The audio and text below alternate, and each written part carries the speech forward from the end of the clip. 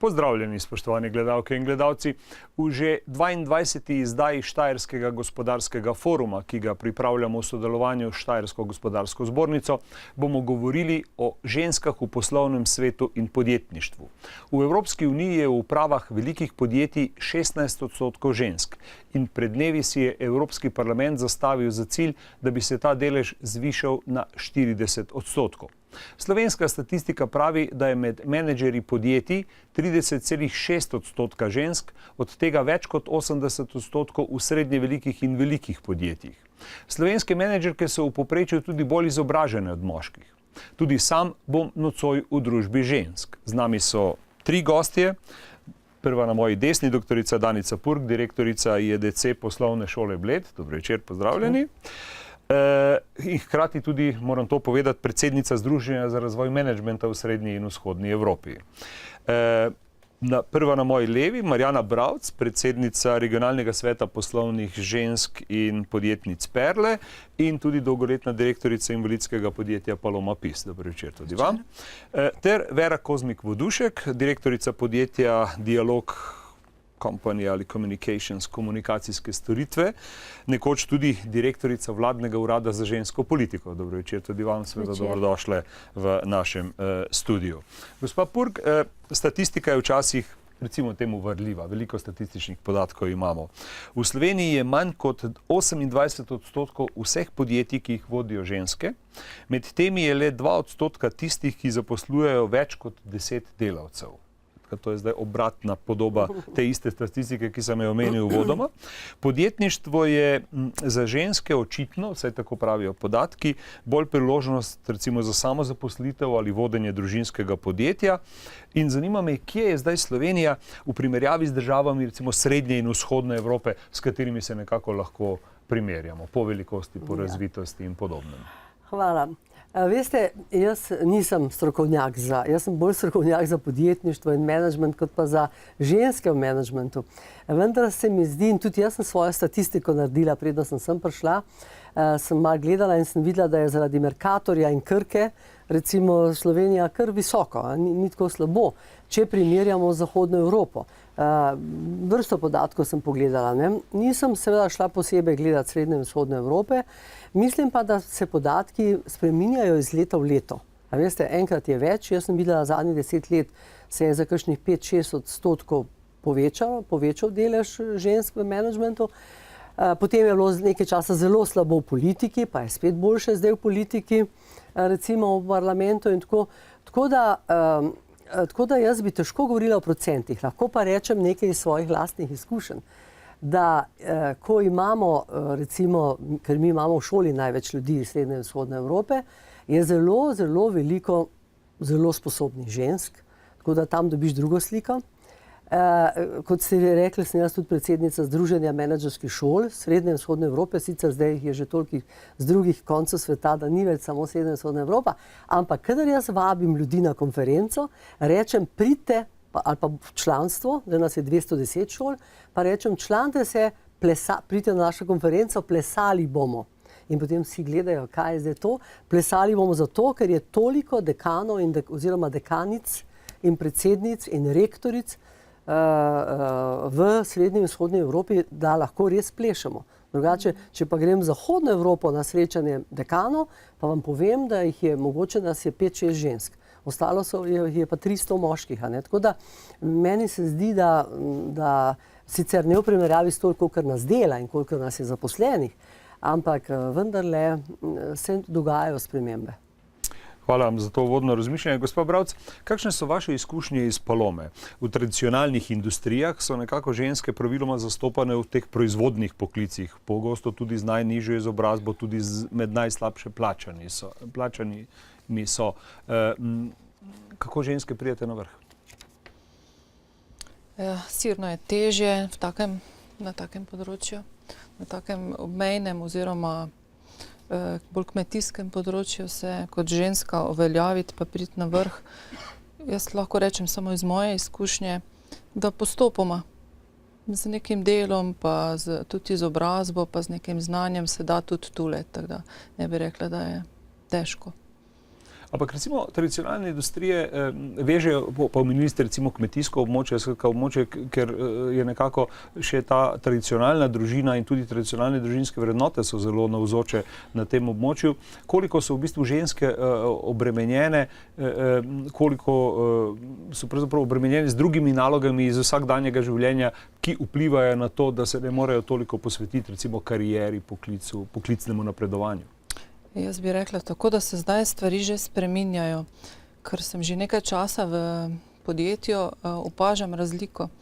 Pred 20 leti so se ženske upokojevale zelo zgodaj, pri 50-ih, ne, in takrat so dejansko že prevzemale doma vlogo skrbnice starejših, se pravi tretje generacije, skrbele so za vnuke, hkrati so še pa s težavo zaključevale svojo delovno dobo, ne. Zdaj se pa tudi na tem področju stvari spreminjajo, tako da ni več tega tako izrazitega. Slika je nekoliko drugačna. Ja, slika se spreminja. Tudi izobrazbena struktura se zdaj na podeželju žensk drastično spreminja, izboljšuje. Tudi samo podjetje več nima toliko ročnega dela, toliko teh nekvalificiranih del, ne.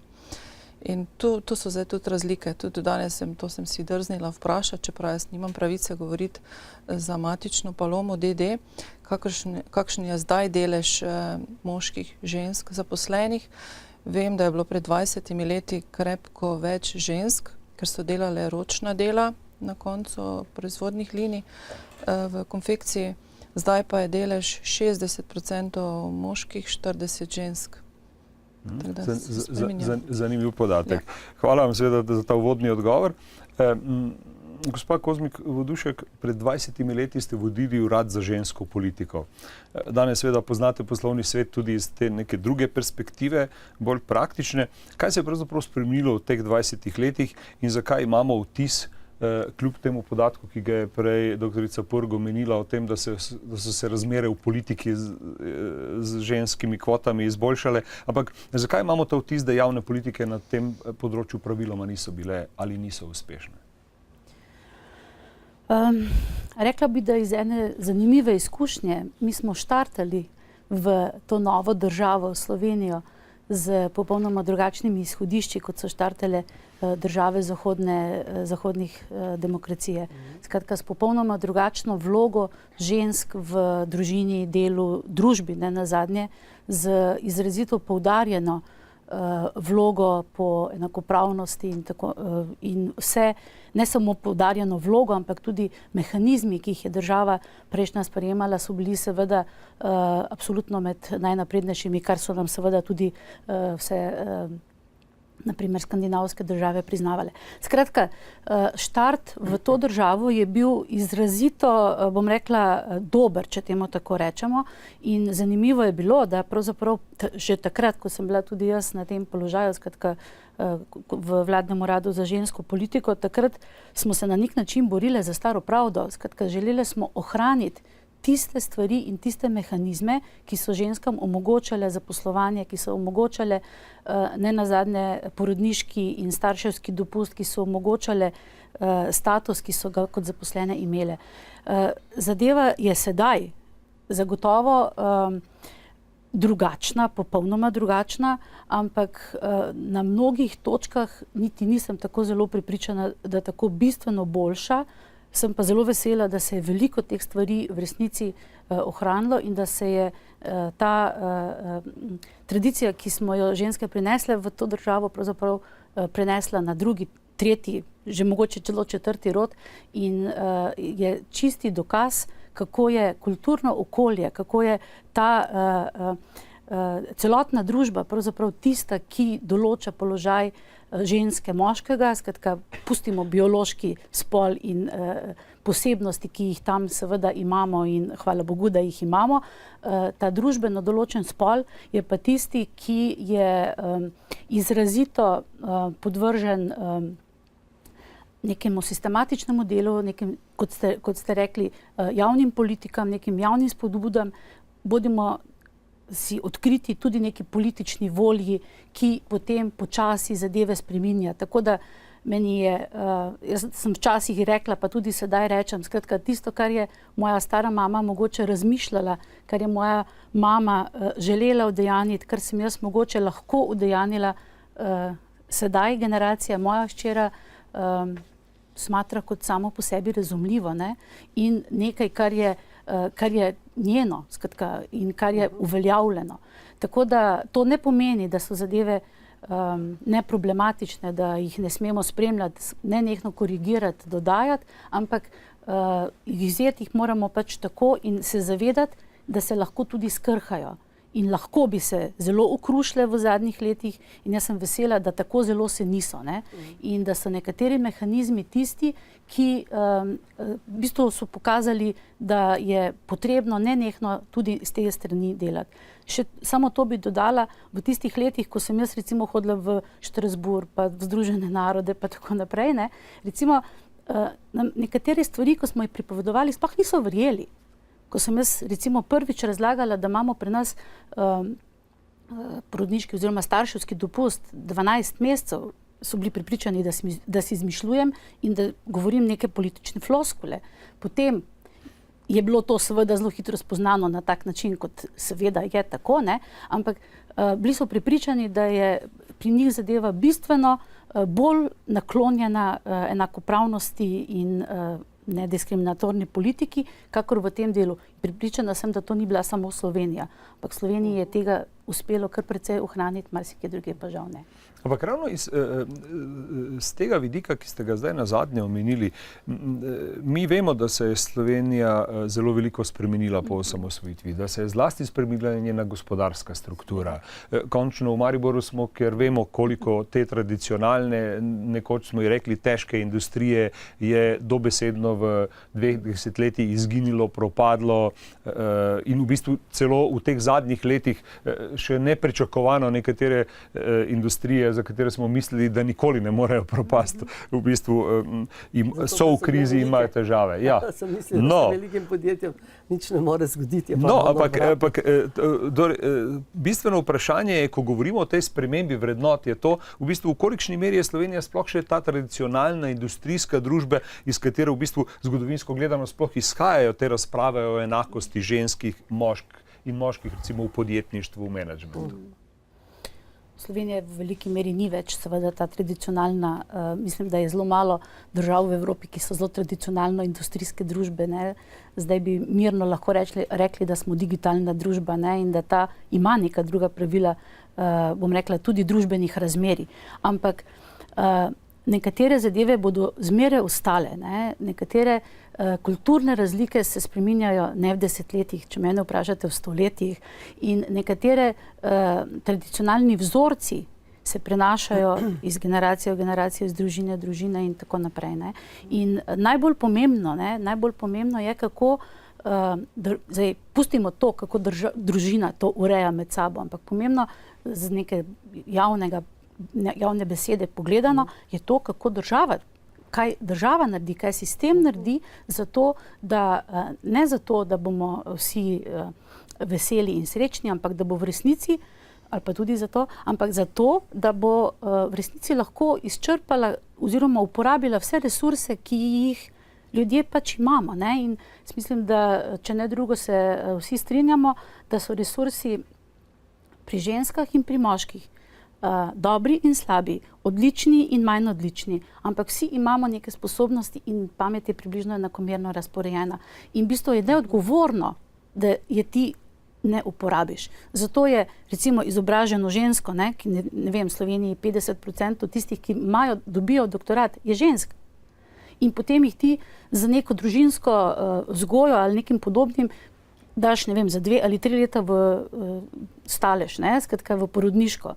Ja, sej je nemogoče, da, mislim, se to je družbeno kriminal, bi skoraj rekel, ne. Mislim, da je škodljivo, da se seveda to znanje, ki je pridobljeno, ne izkoristi. Tako, ne, to pomeni, da moramo poiskati take mehanizme, da bomo vse, kar se vloži, da bo maksimalno se dobilo ven, in ker je enakomerno porazdeljeno, je seveda tudi treba paziti, da jih enakomerno in dobro uporabimo. Povejte. Jaz mislim, da to, kar je gospa rekla, jaz bi dodala oziroma še bolj eksplicitno povedala, da bi res velika škoda, če družba, ki ima toliko potencialov, in mi ves čas govorimo, da so ženske še bolj izobražene od moških, da se potem pol prebivalstva ne uporabi.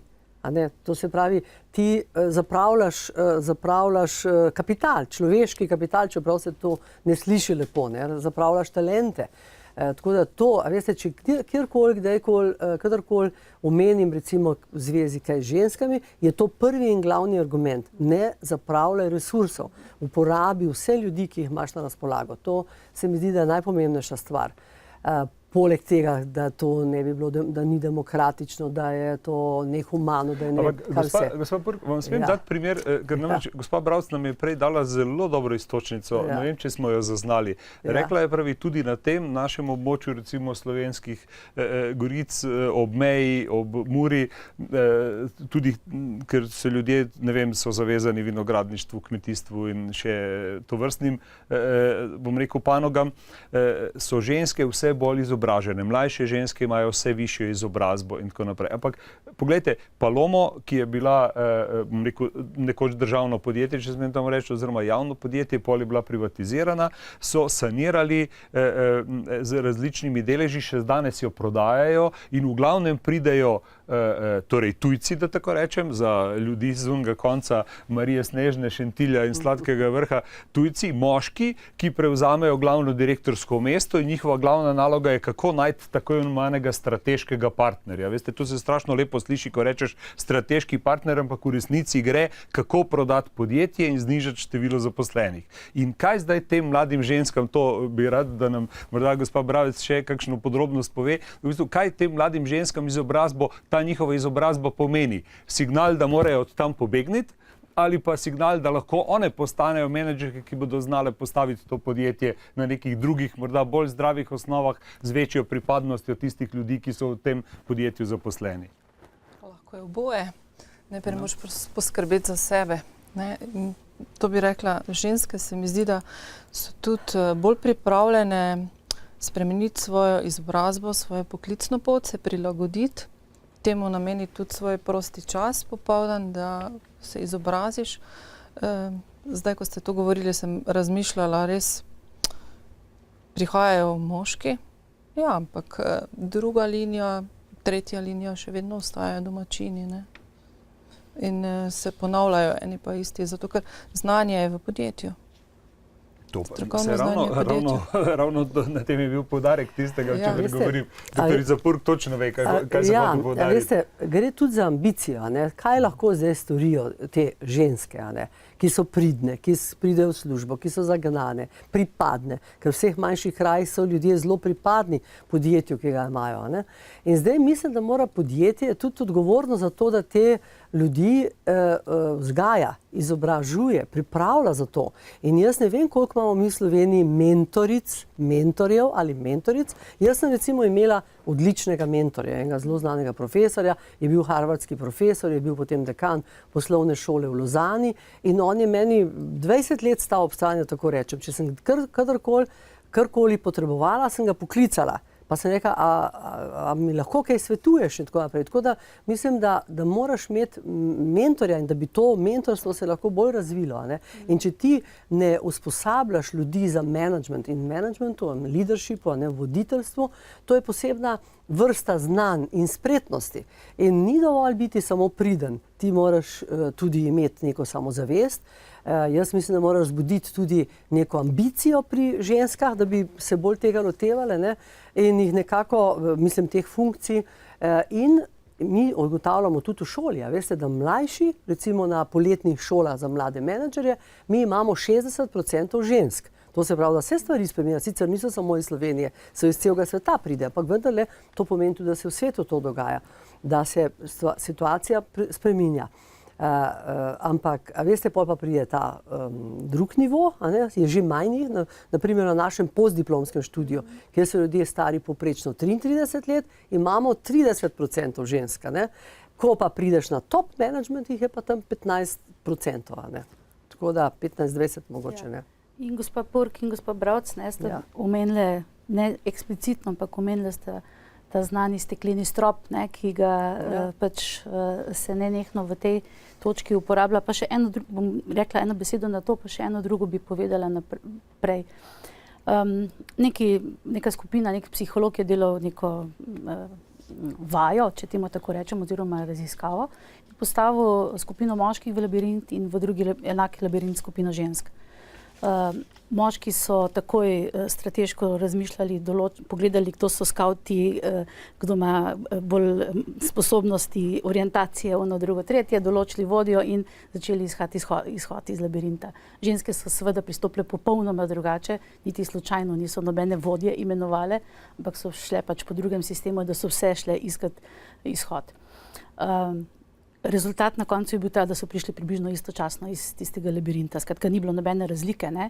Povedati sem pa hotela, ne, da kakorkoli način oziroma nek stil vodenja, stil dela in tako naprej je nekoliko drugačen med ženskami in med moškimi. In podjetja, ki jih vodijo ženske, so vodene običajno nekoliko drugače. To ne pomeni, da so boljše ali slabše, da smo si na jasnem. Gre za drugače.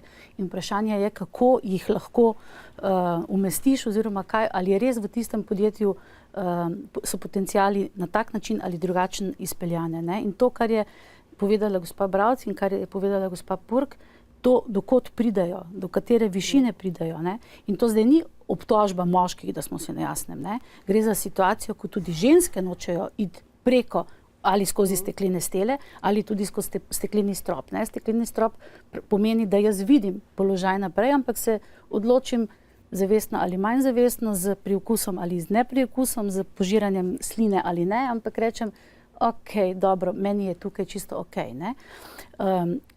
Dostikrat je to seveda, bom rekla, lastna odločitev v narekovajih, zato ker ti jo določa družba, dostikrat je tudi odločitev, ki ti jo določa pač način vodenja v tem podjetju. Ne? Ampak ni tako enostavno niti skozi steklene stene, ne za moške, ne za ženske, niti skozi stekleni strop. In v primeru gre za to, kje je več spodbude. In to je tista razlika. Ne? Komu se daje več, bom rekla, te samozavesti, ne? Te spodbude, ja pa prevzemi mesto, ne? Ali pa kaj podobnega. Ne? Seveda na drugih mestih v menedžmentu, v Palomi, pa še v drugih podjetjih ostaja, bom rekla, znanje, pripadnost, stroka, volja do dela, prepričanje, da je treba delati in tako naprej. Ne? In tako vprašanje je, kaj je dovoljeno, da se gre naprej, oziroma kaj je tisto, kar je spodbujeno, da se gre naprej. Ne? Ali je to kakšen zadržek, se pravi, tako na ženski strani, kakor na strani moških ali kaj podobnega. In zato gre pri razmišljanju, zakaj je treba dajati poudarek ali ženskemu podjetništvu ali onemu ali drugemu. Pri ženskah je teh zadržkov individualnih in družbenih pač bistveno več. Ne?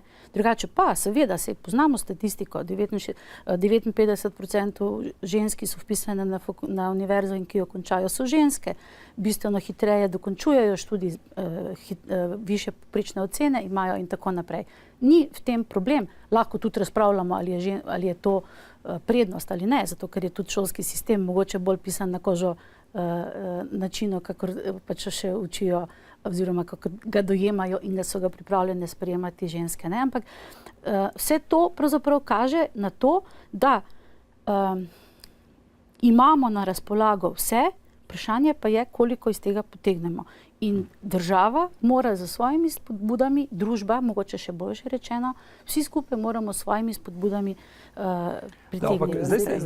Prostite, načeli ste eno individualno raven, ampak ki je seveda zanimiva z tega recimo in psihološkega in tudi osebnostnega vidika ali pa recimo nekega mikrookolja posameznice, ki se mora odločiti. Ampak recimo, ko govorimo spet o nekem pogledu skozi Slovenijo, recimo strukturo podjetij.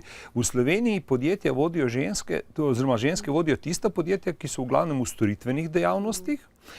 Direktorice ali članice uprav pa so v podjetjih v predelovalni industriji, v zdravstvu, socialnem varstvu, kjer je tako ali tako recimo v zdravstvu veliko žensk zaposlenih na različnih ravneh, v finančništvu in zavarovalništvu pravijo. Ali nam recimo ti podatki sploh kaj povedo v bistvu o Sloveniji in o položaju žensk? Izvolite. Ja, veste, to sem ravno hotela ta podatek tle predstaviti. Ne?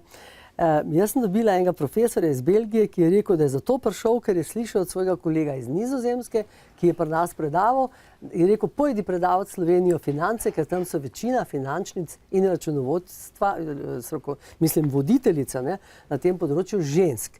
In dejansko je to, a veste, ampak zanimivo je, ko imamo mi seminar o financah, so ženske tam. Ko pa imamo o financah za nefinancare, kar pomeni ljudje na strateških položajih, direktorji in tako naprej, pa drugi, mislim, menedžeri, ki manjka znani iz financ, tam je pa večji del moških. A ne? Tako da to je zelo zanimivo. Drugače sem pa jaz tudi eno statistiko naredila v snoči, pa sem gledala malo, recimo, ne, Krka ima 5 moških v nadzornem svetu in 4 ženske. To je na svetovni ravni, a ne? Petrol 6 moških in 3 ženske. Zdaj govorimo o nadzornih svetih. Podjetja Ljubljanska banka 6 moških, 1 žensko. Luka Koper 6 moških, 3 ženske, čeprav je tam edino podjetje, kjer je ženska predsednica nadzornega sveta. Ne? Gorenje 9 pa 1 ženska. Mercator 7, 2 ženski. Triglav 9 pa nič ženska. Ne? Telekom 8 pa 1 ženska. Ne? Tako da po tem podatku pride 22% Sloveniji je članic, mislim, po tem podatku, ne? Je 22% žensk v nadzornem svetu. Ampak, kar se pa tiče uprav je pa slabše, a veste, je pa sicer še vedno 18% pride, ampak to je zaradi tega, ker je, kot sem že prej rekla, Krka in Mercator jih imajo veliko, ne, tako da večinoma, a veste, Krka ima 2, 3 moške, spet je Krka seveda tako v redu, Petrol 4 moške pa nobene ženske, Ljubljanska banka 5 moški pa nobene ženske in tako naprej, ne, tako da to so podatki, ampak kot sem že prej rekla, to se tudi spreminja, ampak veste, kaj se mi pa zdi najbolj pomembno? Vi ste rekli, država mora poskrbeti. Jaz pa mislim, država že, seveda se določajo neki zakoni in tako naprej, ampak mislim, da morajo organizacije poskrbeti, da zelo veliko je odvisno od tega, kdo je generalni direktor oziroma kdo je predsednik uprave v določeni organizaciji. Če je tam oseba, pa ne glede na to, je moški ali ženska, če je tam oseba, ki verjame v to enakopravnost, ki zna ceniti ženske, potem jih pripelje. Tako kot v strankah. Poglejte malo stranke, pa boste videli, kjer so napredni ljudje na poziciji predsednika ali predsednice. Tam je seveda drugače. A ne? Tako da mislim, da bi v organizacijah morali samih bolj poskrbeti in da je tu ta vloga liderja ali liderke zelo pomembna. A ne? In veste, kaj še? To mreženje. Mislim, da se ženske, da smo v veliki meri so ženske krive, da se ne mrežijo, ker nimajo časa, ker letijo zvečer domov, ker jih otroci čakajo, mož čaka, morajo še kuhati in večerjo pripravljati, ne vem kaj. In nimajo časa za to socialno mreženje, kjer se srečaš, greš na empir, kot rečejo, ne? In se potem dobiš kontakte, zveš za informacije, ker v takem mreženju zveš glavne informacije, veš, kje koga potrebujejo in to ti pomaga. Ne? Ja, to se mi zdi. Socialnega mreženja ženske poberejo besedo socialno, moški pa mreženje. To zelo drži. Samo, recimo, zanimivo je, v tej zadnji akciji oziroma eno poročilo je Evropska komisija predložila Evropskemu parlamentu v tem tednu in o tem, kako se izvaja Evropska direktiva, ki veleva, da mora biti v javnih in državnih podjetjih v državah Evropske unije do leta 2018 40% žensk v upravah. In to v velikih podjetjih nad 250 zaposlenih. To je pomemben kriterij. V zasebnih podjetjih pa naj bi bilo ta, bom rekel, delež naj bi bil dosežen do leta 2020.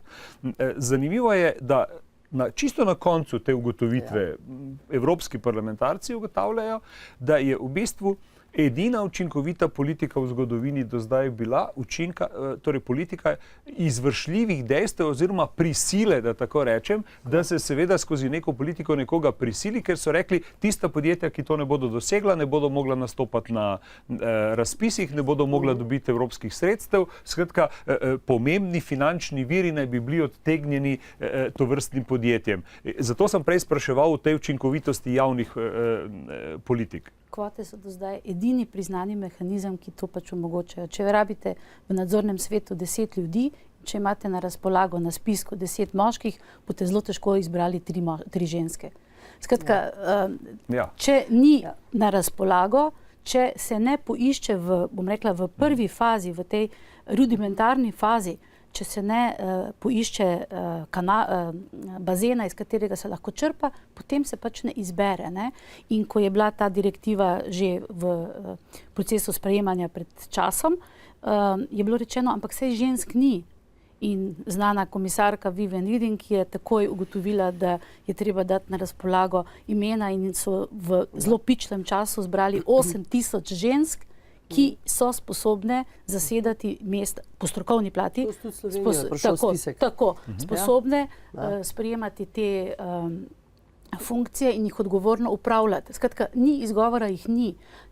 Isto je bilo tudi v politiki. Ne? Skratka, če vi kandidirate za 90 poslancev, 80 moških in 10 žensk, potem boste zelo težko na koncu dobili 30 žensk pa 60 moških. Ne? Skratka, pomembna je ta prva faza. Zato pa imamo v naši volilni zakonodaji zdaj kvote.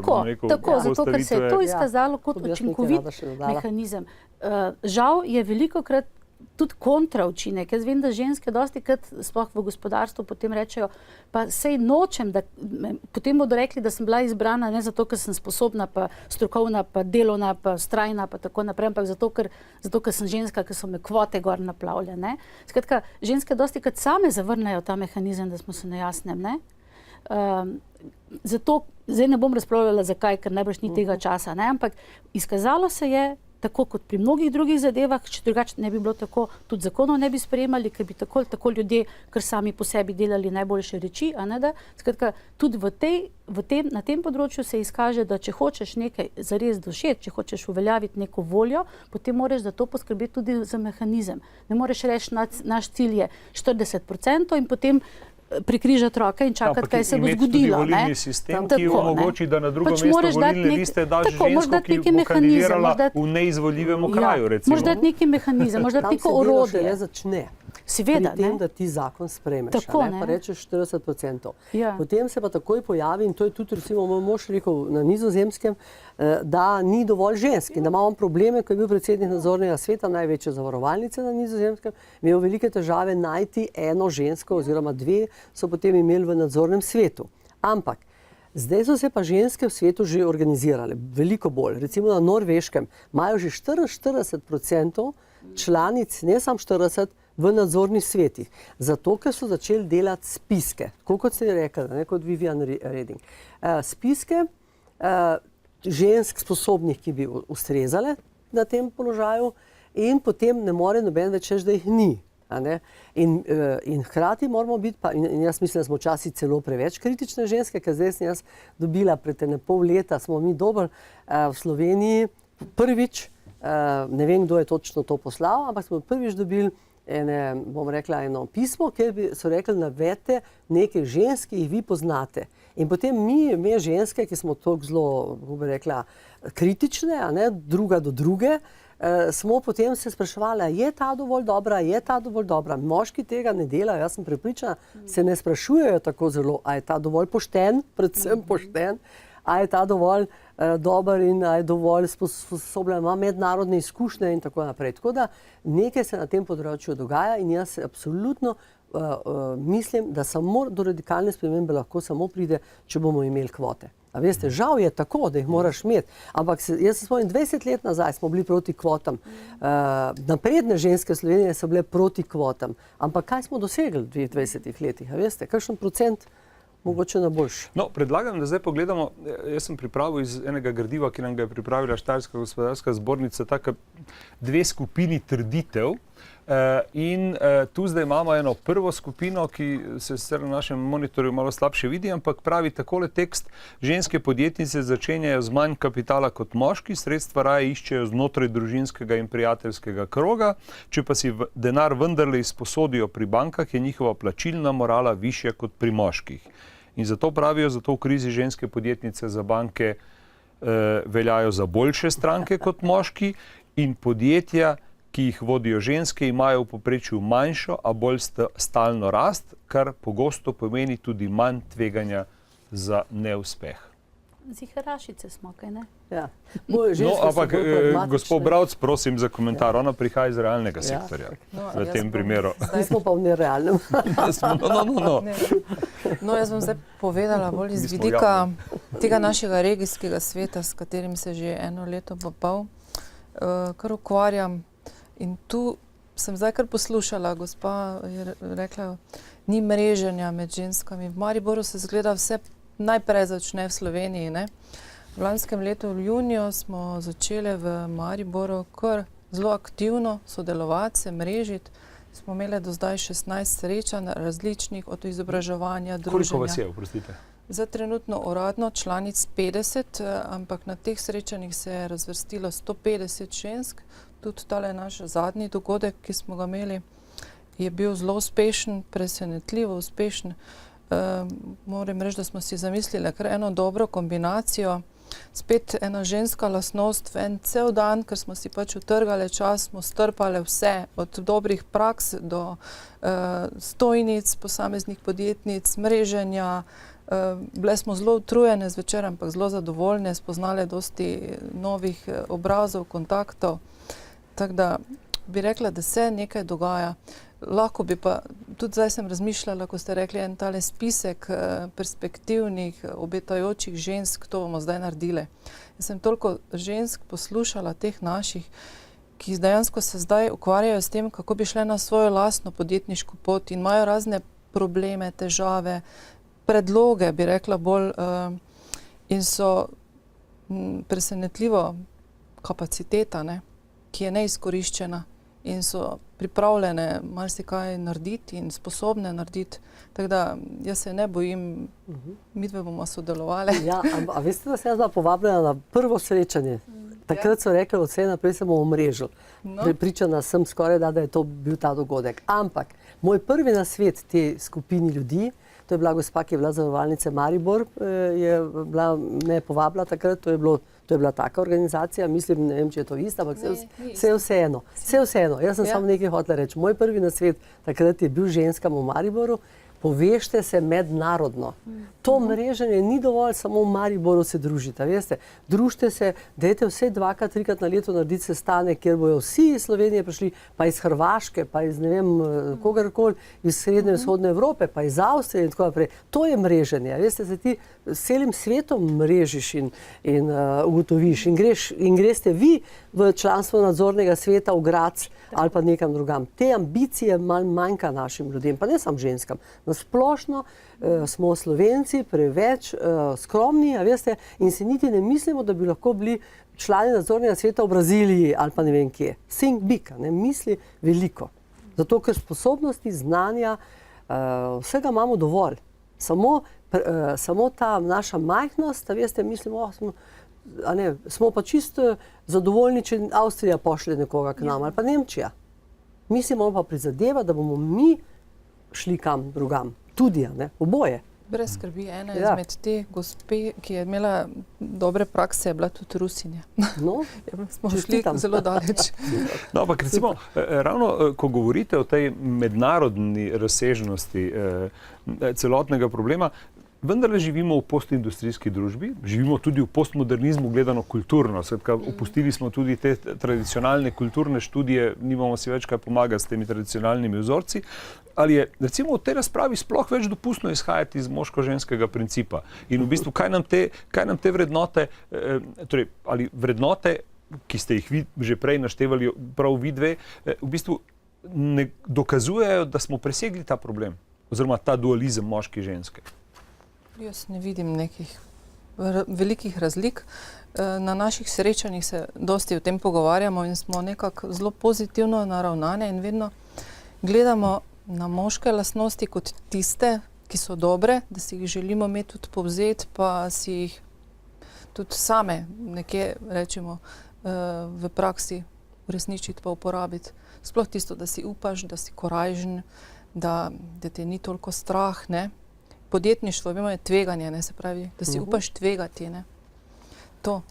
In tudi ena druga lastnost, to smo se čisto na začetku pogovarjali tako malo kot humor, ne, moški znate v neki situaciji se konkretno skregati na nogometni tekmi, tudi stepst, potem pa gremo na pivo, ne. V trenutku se stvar reši. Ženske smo imeli včasih lastnost, da smo kar premlevale in je trajalo in si neko mrežo s tem prekinil, ne.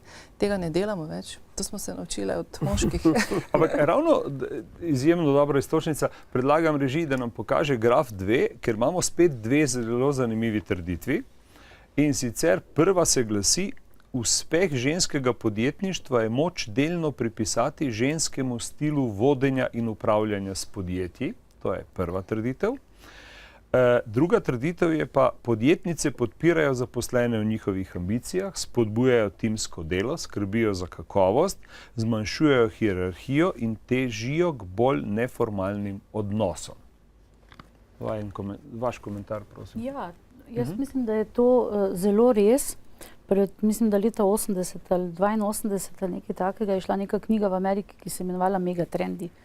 In je pravzaprav začrtala stil vodenja v prihodnje, kaj je tisto, kar postindustrijska, postmoderna družba pričakuje. Seveda ne pričakuje strogo hierarhičnega vodenja, zato ker ta pač manj izkoristi nekatere resurse, pričakuje več mrežnega vodenja, ne. Na nek način je prav, da razlike, ki jih imamo ženske, na ta način obdržimo naprej, ne. Skratka, ženske morajo ostati v poslovnem svetu ženske in morajo v poslovni svet stopiti z ženskimi lastnostmi. Pa tudi, če je to večja želja po delovanju v podjetjih, ki se ukvarjajo z socialo ali kaj podobnega. Saj s tem, da smo si nejasni, ni nič narobe, ne. Kljub vsemu imamo nekatere stvari, ki jih različno dojemamo, pa bom jaz odprla tisto temo, ki so mi včasih rekli, da jo zanikam, ne. Skratka, seveda nas določa biološki spol, ne, in ta kultura, ki iz vsega skupaj izhaja, je pomembna, ne, in bo še dolgo trajala, ne. Skratka, res je, da ženske rodijo, moški ne rodijo, ampak starši so pa oba, ne. In dokler bo veljalo, da moški pomagajo ženskam v družini, ne, tako dolgo nismo najbolj enakopravni, ne pomagamo drug drugemu, skupaj delamo, ne. Skratka, to je bistvena razlika, ne. In v družbi, v kateri trenutno Slovenija zelo praktično pogledano, eno so skrb za otroke in ono drugo, tretje, ki jo pač se ji ne odreče nobena, ne, zakaj bi se ji. Slovenija je v momentu, ko je skrbi v družini ne za otroke, ampak za starejše, tista, ki ponovno pada na ženska ramena, bistveno bolj kot na moška ramena, in ki velikokrat, poglejte kakšne raziskave, zelo določa tudi karierno sliko žensk menedžment. Ampak veste, ta druga trditev, opravičujem se, mislim, da ne vem, če smo v celoti dojeli, bom rekel, kakovost te druge trditve. Druga trditev govori o tem, da ženske znajo, bom rekel, biti boljši motivatorji v podjetjih, recimo spodbujati inovacije, spodbujati neko prenovo, tudi timsko delo, torej zmanjševati hierarhijo, izboljševati medsebojne odnose. Ampak po eni strani je to, če se spomnimo prve knjige, vi ste omenili ameriško knjigo iz leta 82, mislim, da je 86. profesor Jančič prvič objavil Upravljanje z marketingom, svojo knjigo, in tam navaja primer tega, bom rekel, japonskega konglomerata ITT Mitsushita, ki je dobesedno v bistvu zagovarjal že v 70., 60., 70. letih 20. stoletja točno takšne vrednote. Ampak mi se vračamo danes, recimo v 21. stoletju, s finančno krizo v drugo zgodbo. Poglejte v javnem sektorju. Nagrajevanje je prepovedano, napredovanja so prepovedana. Skratka, vi torej, lahko ste še tako uspešen menedžer, moški ali pa ženska, saj ne morete svojih zaposlenih z ničemer motivirati, da delajo bolje, ampak se v bistvu ljudje silijo v uravnilovko. Povejte mi. Ja, jaz nisem iz javnega sektorja, ker mi imamo privatno šolo, pa ne mojo, ker jaz nisem pač lastnik, ampak dostikrat ljudje mislijo. Imate druge delničarje, ja. Ljudje mislijo to zato, ker sem pač tako zagnana, ne. Ampak jaz vidim, da so ženske dejansko boljše v timskem delu. In če dovolite, bi dala primer celo naše nove premijejke, a veste, ko je bil gospod Pahor, na primer, premier, smo imeli po vsaki seji ločene tiskovne konference, a mogoče zdaj pretiravam po vsaki, ampak velikokrat. Ona pa zvečer vsi govorijo, na odmevih slišiš, koliko se ne strinjajo, drugo jutro imajo pa sejo, pa se vse zmenijo. Hočem reči, tukaj mora biti neka sposobnost te gospe, da se dogovorijo, veste, in kar se tiče motiviranja in tako naprej. Absolutno mislim, da ženske znajo zelo dobro motivirati in mislim, da se da motivirati na 100 načinov, veste. Lahko motiviraš z denarjem, ampak dokazano je pravzaprav, da je denar pravzaprav najmanj pomemben. Denar je najpomembnejši res pri delavcih, pri tistih ljudeh, ki imajo najmanj denarja. Tam je zelo pomemben seveda denar. Če pa ti gledaš mlado generacijo, ki ima seveda službo in tako naprej, potem pa vidiš, da je za njih zelo pomemben razvoj, najpomembnejši, kam boš lahko šel, kaj boš lahko naredil, prispeval, se razvijal in tako naprej, a je možnost kakšna potovanja, kam in tako naprej. Skratka, razvoj je zelo, zelo pomemben in mislim, da jaz ne vem, kako je v javnem sektorju, ampak tudi tam lahko ljudi motiviraš. Ko sem jaz bila še v javnem sektorju, ko naša šola še ni bila privatna, ampak smo bili v gospodarski zbornici, je bilo tako, kot vi pravite. Si šel v službo ob 7 pa do 3. Jaz sem svoje ljudi prosila in terjala od njih, da tako rečem, da smo bili oziroma narava dela je bila taka do 5, do 6, do 7, da je pač bil seminar, je trajal. Ne? Kako sem jih nagrajevala? Denar je bil, pa prihajal samo eden in isti, a ne. In sem recimo spekla torto, pa sem jih povabila, pa sem rekla, pa sem na ta način jim neko priznanje dala, ali pa sem na nek drug način poslala nekoga nekam, enega profesorja sem prosila, da je povabil eno mojo sodelavko v inozemstvo za par dni, pa so jo tam plačali, pa tako naprej. Skratka, ena ameriška znana profesorica z Harvarda, Rosa Beth Moss Kanter, je napisala 40 ways of saying thank you. 40 načinov, kako reči hvala. In veste, ti moraš najprej poznati ljudi, da veš, kaj jim pomeni kaj, potem jih pa nagrajuješ in se pravi nagrajuješ jih pa lahko tudi z lepo besedo. Drugače se strinjam z vami, da so problemi, ampak Ne, nisem hotel to izgovoriti kot očitek, ker enostavno sem hotel povedati, da je v bistvu, da so argumenti zelo dolgo znani v zgodovini, pa se niso vedno uveljavili. Ampak ko govorimo o tem primeru, ki ste ga dali, torej kako funkcionira slovenska vlada, torej ne dvomim, da vsi državljani bi želeli, da točno funkcionira tako, kot ste vi opisali in domnevate.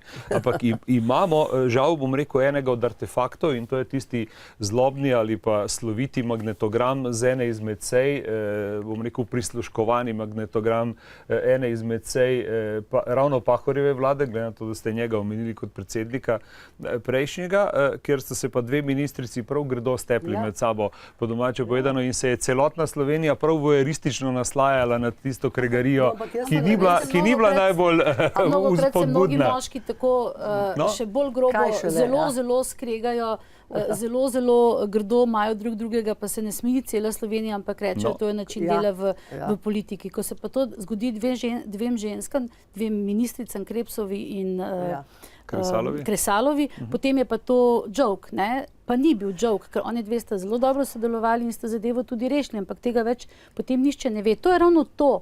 Ženskam se običajno nekatere zadeve bolj učita, bolj poantira.